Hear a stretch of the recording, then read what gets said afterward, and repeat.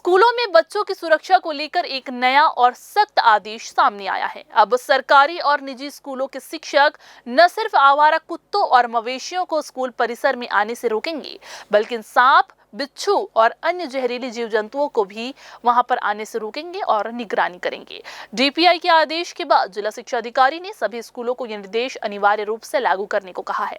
हैरानी की बात यह है कि इस आदेश में शिक्षकों के विरोध से बचने के लिए सीधे सुप्रीम कोर्ट के निर्देश का हवाला दिया गया है।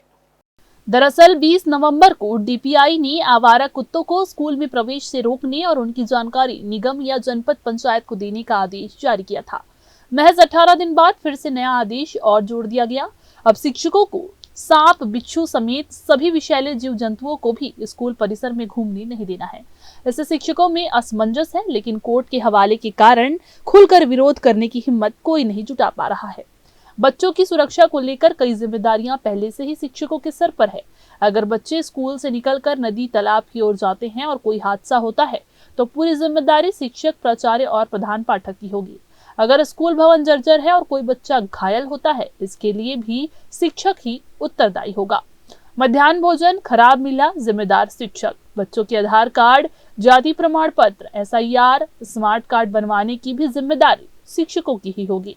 स्कूल खुलते ही घर घर जाकर पालकों से बच्चों की सरकारी स्कूल भेजने की अपील शिक्षकों को ही करनी है।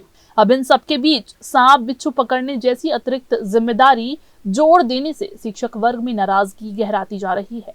आदेश में दलील सिर्फ एक ये कि सुप्रीम कोर्ट का निर्देश है, पालन अनिवार्य है। उसको ज्यादा उसमें ना लें, और जो है सुप्रीम कोर्ट का जो निर्देश जो मिला हुआ है उसके अनुपालन में इस तरह का है। उसमें ऐसा नहीं है कि हम निगरानी सतत करते रहें। भाई हमारे घर में भी कभी कभी जहरीले जीव जंतु घुस आते हैं, देखते हैं, उसका निराकरण निदान करते हैं, वैसे वहाँ पर भी करना है। कोई बड़ी बात उसमें नहीं है। और सुप्रीम कोर्ट के निर्देशों का उनके अनुपालन किया जाना हम सब की दायित्व बनता है कि सुनिश्चित करें।